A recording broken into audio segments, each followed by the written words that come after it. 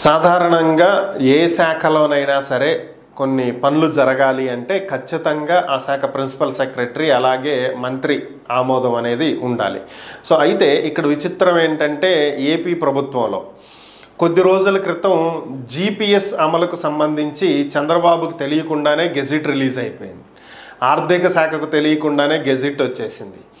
So తర్వాత టీచర్లందరూ కూడా ఇదేంటి జీపీఎస్ రద్దు చేస్తామని చెప్పి మరలా జీపీఎస్ని తీసుకొచ్చారు, గెజిట్ ఇచ్చారు అని చెప్పి మేము ఉద్యమాలు చేస్తామని చెప్పి ఎప్పుడైతే చెప్పారో వెంటనే లేదు ఇది అసలు మాకు తెలియకుండా జరిగింది, దీని మీద విచారణ చేపిస్తాము, వెంటనే ఈ గెజిట్ని రద్దు చేయండి, ఎవరు రిలీజ్ చేయమన్నారు, దీనికి బాధ్యులు ఎవరు అని చెప్పి ప్రభుత్వం అప్పట్లో మాట్లాడటం జరిగింది. సో ఇప్పుడు పరిస్థితి ఏంట్రా అంటే గత ప్రభుత్వ హయాంలో కాంట్రాక్టర్లకు పెండింగ్ పెట్టినటువంటి బిల్లులు యూసీ బిల్లులుగా ఆటోమేటిక్గా క్లియరెన్స్ అయిపోయింది ఆర్థిక శాఖలో. బట్ ఆర్థిక శాఖ మంత్రి పయ్యావుల కేశవ్కి ఈ విషయం కూడా తెలియదంట.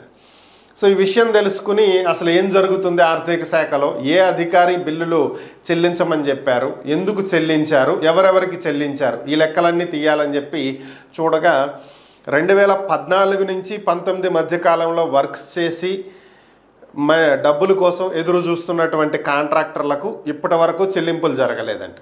కానీ 2019 నుంచి 2024 మధ్యలో వైఎస్ఆర్ కాంగ్రెస్ పార్టీ అధికారంలో ఉన్నటువంటి సమయంలో వర్కులు చేసి బిల్లుల కోసం ఎదురు చూస్తున్న వాళ్ళందరికీ క్లియరెన్స్ అయినాయి.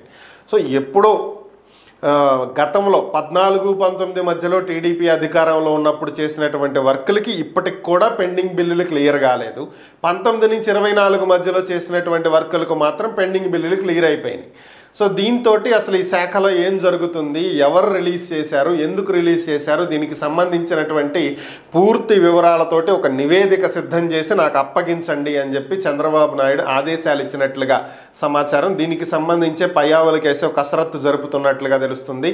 త్వరలోనే ఆర్థిక శాఖలో ఎవరెవరు సొంత నిర్ణయాలు తీసుకుంటున్నారో, ఎవరు ఈ బిల్లులు పాస్ చేశారో, ఏ అధికారుల ప్రోద్బలంతో చేశారో, ఎవరు చెప్తే చేశారు, ఎన్ని కోట్ల రూపాయల నిధులు విడుదల చేయటం జరిగింది ఏంటి, ఇలాంటి పూర్తి వివరాలతోటి ఒక నివేదికను సిద్ధం చేసి చంద్రబాబుకి పయ్యావుల కేశవ్ అందించబోతున్నారనేది సమాచారం.